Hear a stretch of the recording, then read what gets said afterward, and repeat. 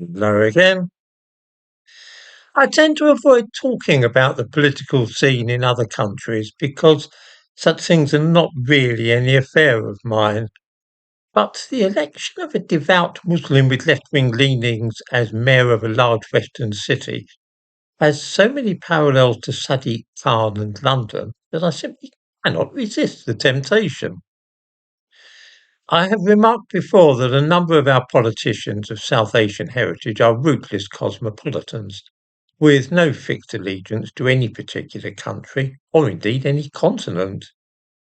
We had a Prime Minister, Rishi Sunak, who belonged to this class, of course, grandparents born in India, in Asia, of course, moved to Africa, where his parents were born, and then they moved to Europe, where he himself was born. And then he moved to the United States and got a green card for immigration there.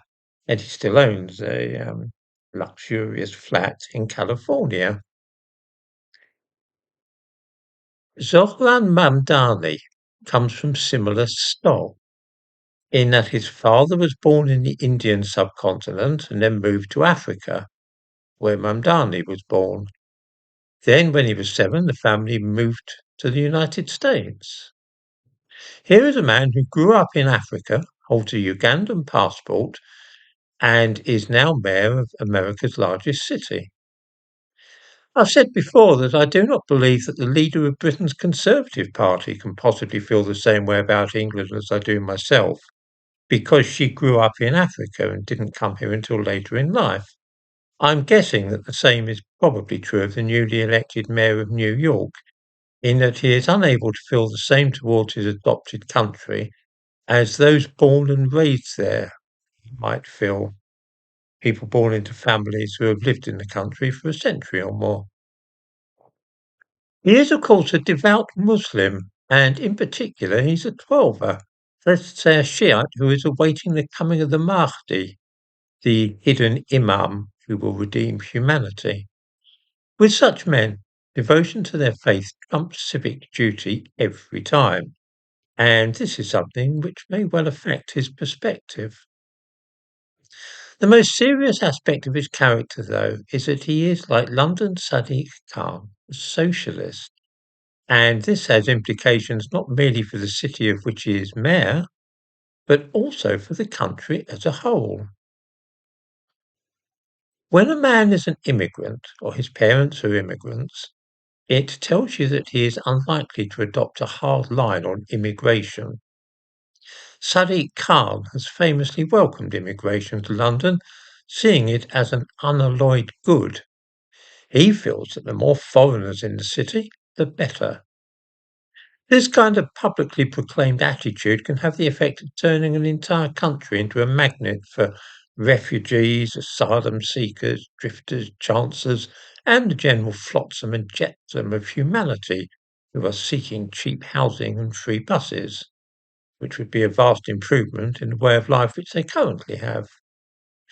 Every illegal immigrant who enters Britain on those small boats crossing the English Channel makes an immediate beeline for London, because they know that they can lose themselves there and that the mayor has turned it into a multicultural city, where, of course, white people are now in a minority. In other words, London acts as a pull for immigration to this country.